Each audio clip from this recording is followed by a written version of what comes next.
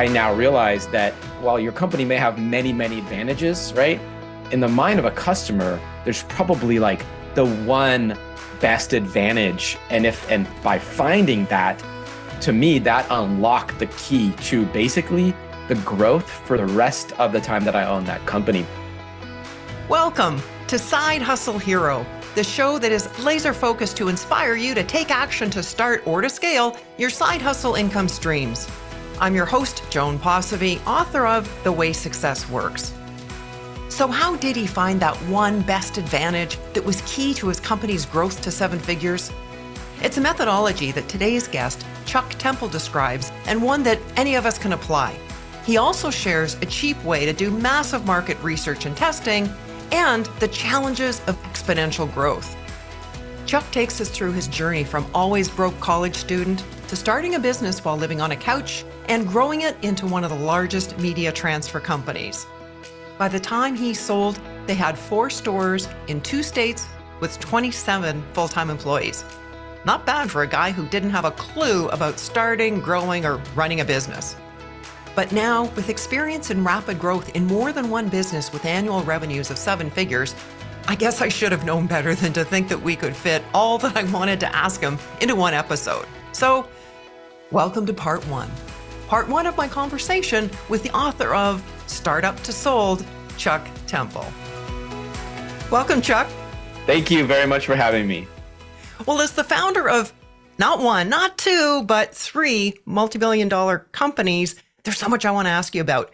Let's start with your firstborn, DVD memories. What was happening in your life when you started that side hustle? So I was graduating college, undergrad from San Diego State. And this is like the story of the accidental entrepreneur. That was a potential title for the book, but I think someone already got that title. So right. I didn't name it that. But so basically I was broke in college. I had just graduated and I worked a lot of odd jobs. I ran out of money once in college, had to go home and did car sales and had people sign petitions. I mean, I kind of did everything. I worked at a big box store. I was making $9 an hour or somewhere in there. I mean, it was tough. And I supported myself financially with that $9 an hour, working 30 to 40 hours a week. And it was really a struggle in college. So basically, my story is I was always struggling. I was always broke. I was always a few $100s away from having to leave school again because I didn't have any money. Wow. And so in my mind, I wanted some kind of freedom from that constant anxiety, I guess, of never feeling like I just couldn't be relaxed, I think. And so. And lack of control. Yeah. When it's all somebody those else's things. business. Yeah. Yep. And it's not like you're in charge of how much you make. And I don't know, there's long story short. One of the buddies of mine at the big box store, his name's Yiga. He introduced me to his mom that had a personal computer that needed fixing. In high school, I was kind of a computer nerd, but I wanted to shed that. I want to be a more cool guy in college. So I told him, okay, fine, I guess I'll do it for your mom. So I fixed it. But don't tell anybody. Yeah, basically, right. So I fixed her computers. I remembered how to do it. And then she introduced me she was a co-owner of this small grocery store, local in San Diego. I fixed their computers because they needed that. Then I did some other projects. The owner of that store introduced me to a guy named Ricardo, who I became the caregiver for, but also he was trying to turn PowerPoints into DVDs. I figured kind of that was a tech thing, figured that out for him. Anyway, final person in this long line of people, but he introduced me to another lady named Velma who had slides that she needed transferred so that she could make her own DVDs of her trips and show them at this fellow Ricardo's film festival at night. So it was basically a linear progression of people introducing me to other people because I finally was like, you know what, if I have to be a computer nerd in order to make money, it's just what I'm going to do. Right. And then people were introducing me to other people because I guess I was good at that. So the slides that you mentioned, they're those little square things, like maybe inch by inch. Yeah. And you were putting them on DVD? Yeah, transferring them to digital format and then doing all kinds of different stuff with them. I wanted to just find a way to make money on the side, and making $25 an hour or whatever I charged was so much more than $9 an hour. Yeah. That if I could do that, I thought it was like cloud 9 for me. Right. And so from going and just saying yes to some of these referrals you were getting without even asking. At what point did you think there might be a business here? Once I learned how many slides Velma had, which was a couple thousand, it was a lot. It was boxes. I mean, it was a lot. And I thought to myself, gosh, at first I was going to her house and doing it and charging her hourly. But the way these machines work, you set the slides up in like a batch feeder system, and you kind of just wait around and listen for it to jam, and you can color correct, but you're kind of waiting around a lot. To be honest, she wasn't really happy with me, just like the downtime. And yes. I was like, oh, sweep your floors. I'll do whatever. I'm like 22 years old, happy to do whatever I needed to do to make that $25 an hour. But she was complaining, and I was like, well, how about this? Why don't I buy a machine to do it? Would cost like a couple $1,000s for this really nice machine. And then I'll get all your slides. It'll pay for that machine. And then I could do it for other people. And so she agreed to it. And I was like, yes. And So I was living on my friend's futon at the time, my friend Ben and Steve. I was living on their futon in Pacific Beach in San Diego. And we used Ben's computer because my laptop wouldn't have handled the slide. It wasn't fast enough. Yep. So we did it in his room. And we thought that we could just set this thing up, go to the beach, go surfing for an hour, come back, and then make $25 an hour while that was happening. That was what I thought business was. I thought it was being able to put that on autopilot and just go. But that was definitely not how it worked out, because the thing jammed every so often. It was just, and as it turns out, Velma called and said, hey guys, Costco, after we got the order, after we bought the machine, the very first customer for a business we didn't know was happening. And she told us that Costco has this service for some way half the price or whatever that we were charging, and our hearts just dropped. It was like the gut punch because we had bought the machine on a credit card. It's not like I had money for it, right? And so we were like, we looked at Costco, we realized that they actually sent it in the mail to another company, and they didn't do all the color correction and like post-processing that we did. And our machines were better than the machine because we had the best research machines. Right. And she still wasn't convinced. And so we basically had to, I think we could charge almost Costco's price, but gave her a phenomenally better service, and we kept the order, but we lost money. Right. But that was the first one. But the deal was that she was basically going to buy the piece of equipment for you, and then you in turn do the slides for her? Well, it was actually, once we took the order from her and we took her slide boxes, we bought the scanner with the money that she paid, like the half up front or whatever. Got it. We were using that towards the machine so that we could potentially do this for other people, because we thought, gosh, there must be other folks out there with these slides. I mean, like that's what people used to use, right? Yes. I mean, I remember those days. You remember? Okay. Yeah.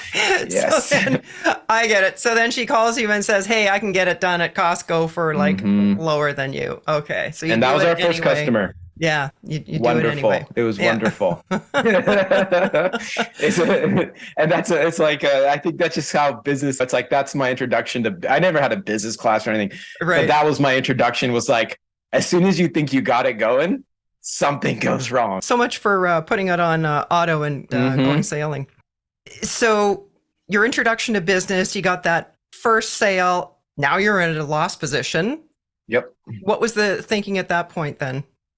For me, this is really weird, but like I looked at this like a real-time strategy game. I looked at it, I was like, I have this resource generator, which was the machine, the slide scanner that we bought. Okay. I didn't know what an asset was at the time or, any of these things. I just thought of it like I played a bunch of computer games growing up, and one certain type was a real-time strategy game where you basically get these resource units, and then with them you get the resources. With those resources you can like fuel your expansion. And I was like, okay, well, this kind of like, I would like to be able to get someone else's slides and convert them. Yeah. And I didn't have any expenses because we bought the machine, and that was my thought process. I was like, maybe I could do it for other people. We bought this machine, we basically broke even, or maybe lost a little bit of money on that first order. I'm sure we weren't paying ourselves, right? Right. No. And of course, we didn't know about this. And so, I got to factor that in. And so basically Ben and I, we tried to drum up business because we thought we have this machine. Let's go around. So Ben went to La Jolla to hit up people at coffee shops And I went to farmers markets and built a website. Really? The really cool thing about being at a farmer's market, it's like fast track sales experience, marketing Yes. experience. Mm-hmm. You get to refine your pitch. You build a FAQ internally, right? You set up a booth at the farmer's market. Yeah, three Got it. different ones each week. Okay. So we made a brochure. We kind of had a website, things we could do for real cheap. So we got a few customers, right? They would come into Ben and Steve's living room, which was our office. Yes. Some of them came in and looked funny at me, and other ones like saw the place and then just turned around. So that's yeah. But the ones that came in, it's like, man, they became our best friends because these were like legitimate orders, people trusting us, right, with their irreplaceable family memories. We were pretty stoked to have any business at that time. So that's kind of how it, and then people would ask us, of course, right? Can you do videotapes? Can you transfer my old movie film, my 8mm Super 8 with sound, these types of things, audio cassettes, right? They started asking us other questions, and we bought one VHS deck and then would converting that. And we found a guy that could do our film transfer for us because those machines are like really expensive. Okay. So our list of services expanded, but that was actually based on the people that were coming to us from the farmers markets. Right. The website, we didn't really know how to advertise on the website yet, but the farmers market people will ask, hey, well, do you do videotape? So that's how our list of services expanded, was based upon people asking for that. Right. And as you mentioned, all those different formats then required more equipment. That's it. Yeah. And then we bought the equipment kind of based on once we got the order, we just quickly buy the equipment and figure it out. Is this your full-time income at this point? Yeah, I think I was probably still working with Ricardo because I was not only doing some transfers for him, but I was kind of he had a disability. So I was also his caregiver part-time. Oh, I see. Yeah. Still at the time. And I was also, I think, helping some other companies, just with general computer help. I was doing whatever I could to survive still. How did you come up with the name of your business? Yeah, the original name was DVD-photo-memories.com. That was our legal name at first. Eventually, Ben and I split ways. I got an office in the back of a lawyer's studio, and I found myself $700 a month rent in a room in Claremont Mesa. So once that happened, I also realized I needed to get a better name because DVD-photo-memories.com, people word of mouth, it doesn't really work to remember all that stuff, No. all this kind of thing. So I did two things. One, I enlisted my best friends and my best customers to kind of brainstorm names. We did that, and basically we use this process to condense down the names to our favorite two or three, I think two names, using basically the brainstorm. And then we talked about them, a couple different groups. And that was fun. And then I ended up using Google AdWords, which is now called Google Ads, to split test the two names together to see which one people like the most, right? So basically what I did is I built two ads, right? You have 4 lines in an ad, right? Your headline, 2 sublines, and then I think your URL, right? So 4th line. Right. And so you can basically split test these two ads together, right? So everything was the same except for the company name. One was Memory Lane DVD, and the other one was DVD Your Memories. Mm-hmm. And Memory Lane DVD, I think, had a click-through rate of 1.5 or 2%. Mm-hmm. People can do market research from online advertising. It's a little known, but really affordable way to do massive testing nationally, internationally. Anyway, and then DVD Your Memories got, I think, double that, whatever that number was. And so and because my background was in psychology, but a lot in the research side, so I understood statistical significance. What's more, Perry Marshall had this. I was reading this book on AdWords. Perry Marshall, on his website, he has a split tester on it. So if you look up the Perry Marshall split tester, you can put in how many clicks and the percentage, right, of click-through rate, one versus another, and it'll tell you 95% confidence, 90%, 99%, basically how sure it is that these results will hold up over time. Right. And so basically you just run the test until you're at 95 or 99%, which I did. And DVD Your Memories was by far and quickly the winner. It cost me $50 to do that test. I mean, clicks were cheap at that time. I Yeah. mean, this is like 2007 or something, right? So this is very early. But yeah, you can still do it now. I mean, Yeah. it's a little different. You have to put in multiple iterations, but as long as you're putting the same types of words in one versus the other, you can start getting at or just doing small differences. You have to put in like 3, I think, right now. But you can still pretty much do that. Yeah. Well, imagine the ROI on that $50 you spent versus I having mean, gone it's with probably the other the name. best $50 I ever spent. But at what point then was it really scaling up as far as a really ongoing business? Because you've gone from like 0 to 7 figures with this thing. Yeah. So it wasn't always like that. And No. of course, in the beginning, my goal was just to make as much money as my parents, which I didn't know how much they made, but I just figured it was around $4,000 or $5,000 a month. This is again, 2006, 2007. That if I could make $4,000 or $5,000 a month, I thought that would be amazing. That was my goal. And actually, by the time I had an office and the holiday season of 2007, I achieved that, which was really cool, right? Except that I didn't understand, again, expenses. And I had expenses of basically that same amount. Got it. So during the holidays, it was cool. My bank account was going up. I had no accounting system, but everything went into my own personal bank account, of course. All the gross revenues go in there. Yeah. Everything went in the same little thing. And I noticed it was going up. But then once the holiday season left, because it's kind of a holiday, it's a good holiday gift to transfer your media. Absolutely. And people want to show it around Christmas. Yeah, exactly. Such a great gift. But basically, after the holidays, business tanked. I was, it was a really hard time for me. And that's when all the bills started rolling in. Yeah. Yeah. I mean, the bills are in, and my expenses were pretty much fixed. I had a couple part-timers, right? And I didn't want to lower their hours. And so I started losing money, and thought I was going to be a failure. The first thing that I tried to do myself. And so I read a book called Think and Grow Rich at that time. I was reading all the business books I could. And I think I understood, being a psychology student, I understood if I could believe in myself, make myself believe that I was going to be successful, there'd be this massive amount of cognitive dissonance that basically was hard on my brain to understand that I wasn't already where I wanted to go. Right. And so I think my brain just started working overtime to try to figure out how to get sales. And I knew I had a good service. I just didn't know exactly how, and I knew there were people out there, right, that needed this type of thing. I just didn't know how to get to them, right? The marketing aspect. It's just my nature is operations. I'm the computer nerd guy. I pick out the first shirt in my drawer. I don't have any style or marketing. I don't know how to sell myself, any of those things. Yeah. So you've got this image in your mind of financial success, but that's not the at the moment current physical reality. And so that's the cognitive dissonance that you're talking about. Yeah. That gap between how you see yourself, but what the reality is. So that's what's kind of pushing you forward. Yeah.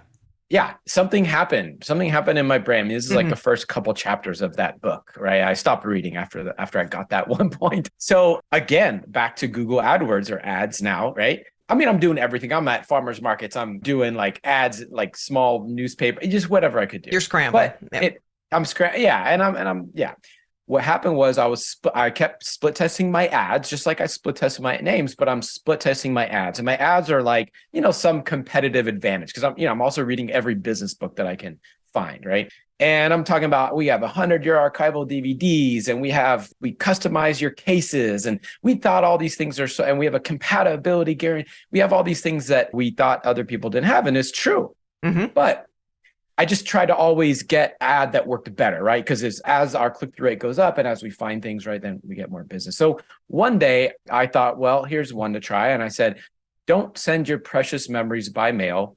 We're in San Diego, CA, right? So, okay, I'll try this one. So I tried it.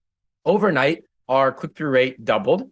Wow. My sales quadrupled. Literally, this is in May of 2008, I think now.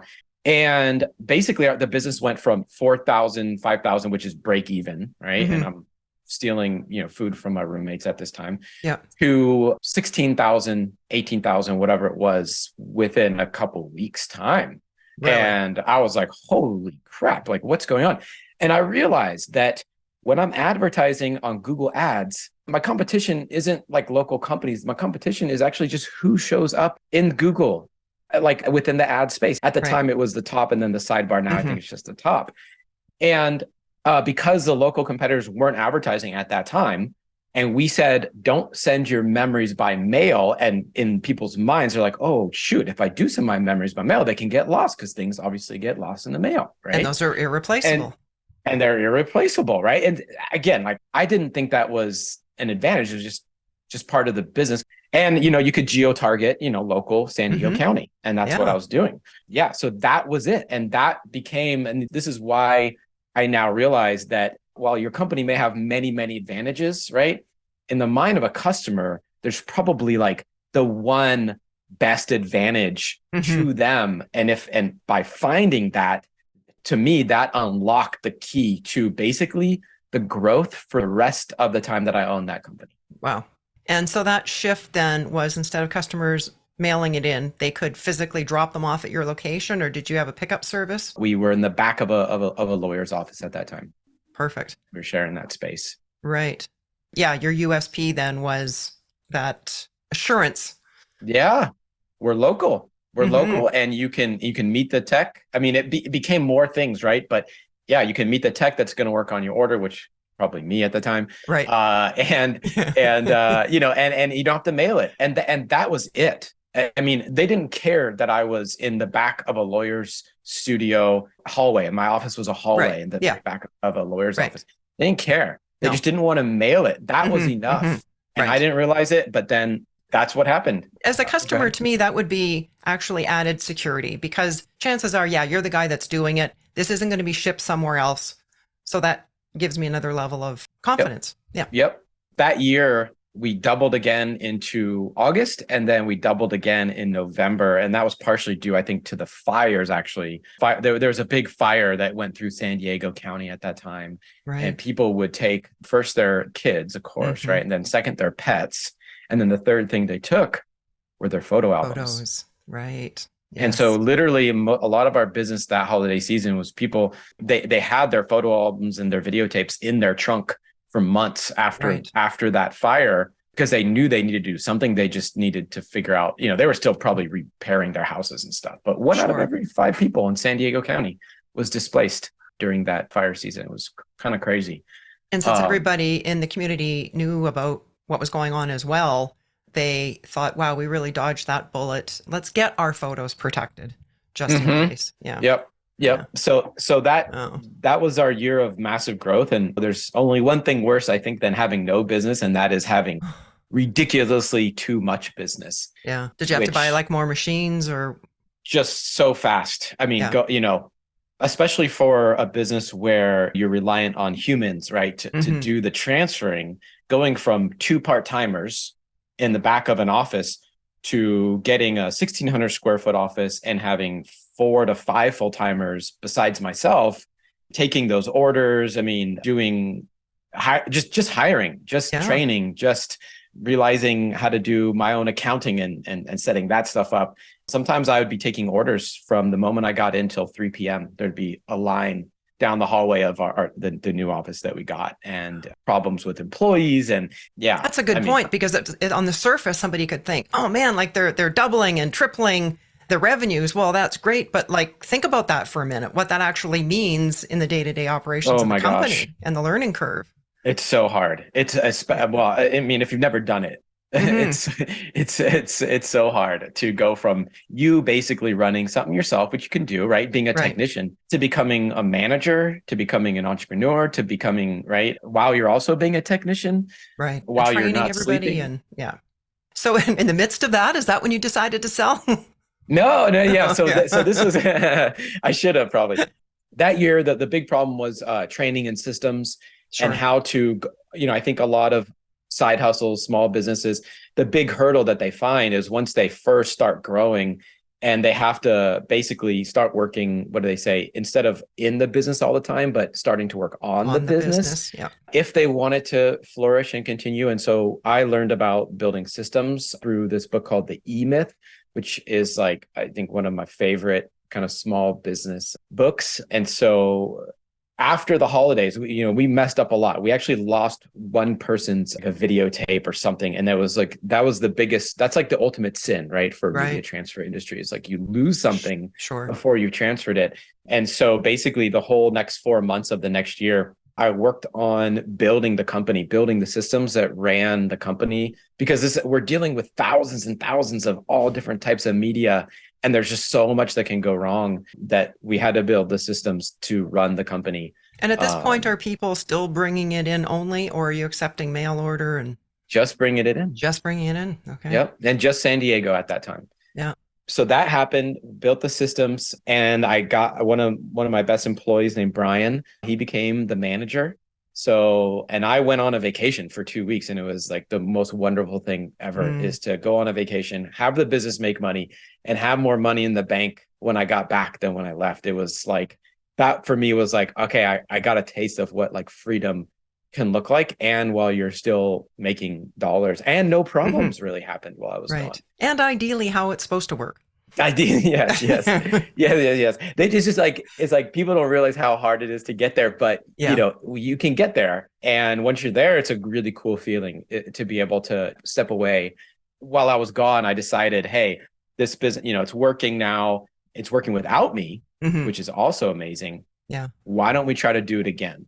And so that's when we decided to expand to Orange County, and to see if we could grow into Orange County. And that was the next phase of the company, was scaling and growing. So, this is going from side hustle to just to having an office myself, to then figuring out what actually was the brand, who we were, and why customers chose us, which really unlocked growth. Then when you have growth, figuring out systems and scaling and operations, right? And accounting, right? All the necessary things. And then figuring out, once you have that nailed, then you can have some clarity and say, okay, well, what do I want to do? And I was 24 or something at the time with a lot of ambition. And I wanted to see if San Diego was a fluke or if this was like a real model that I had. No one at the time that I knew of, at least not on the West Coast, doing media transfer only. All the other companies were video production companies doing this kind of work on the side, because nobody thought that you could make a business out of only transferring. Right. Yeah. So why did you sell? By the time I sold, we had 4 stores in 2 states. We had 27 full-time employees. I had just doubled in size. Yeah, I doubled in size every 2 years, which is like pretty cool for a business where you're growing brick and mortar style. And so for me, the money was more than you can always have, I guess, more money, but it was like I was fully satisfied with what I was making. Right. That was no longer the main motivator. Yeah. And I think that while I like transferring media, I wasn't that passionate about the service. I was passionate about business. I was passionate about my employees. I was passionate about all this other stuff. And the people that worked there that we hired were passionate about memories. But I wanted somebody to run the company that could manage it. I'm okay managing, but I actually really like the growth phase. And I like the learning curve as it turns out. I like to learn. I like to grow. I like to get new challenges. And so the learning curve was like so steep for those first 5-6 years. And then it just kind of leveled out. Like we opened new offices. We were market share leaders within a couple of months every time. It was smooth. And systems were in place. Yeah. And the systems were phenomenal. It was just a well-run company. And so basically, I didn't need more of that. I want to take on a new challenge. I want to do something that I thought was more important for the world. I wanted to do something that I was passionate about. And so the guy that bought the company was passionate about media transfer. And he also had experience with larger companies, whereas I was doing all this stuff for the first time. So I thought he could do a better job. Kind of take it to the next level. And that's basically why I sold. And it was also, it's just, financially, I would say, like, just to be honest, going from being broke all the time to having a sale to where if I invested properly, I wouldn't really need to worry about money again. Like I still need to work, but I can work on the things that I want to work on rather than being forced, and having freedom to be able to like follow your passions. To me, that's phenomenal. And I wish that, that's what I hope everybody gets a chance to do. And I know not everybody is in a position to do that. You get college debt and all these million, family and, all these time constraints people. But you want to that's what I'm passionate about. You want to be at the point where you're working because you want to, not because you have to. That's it. Yeah. So you take the proceeds from the sale, invest that, and then ideally the passive income from that is enough to cover off your expenses, et cetera. And to me, that's winning the money game.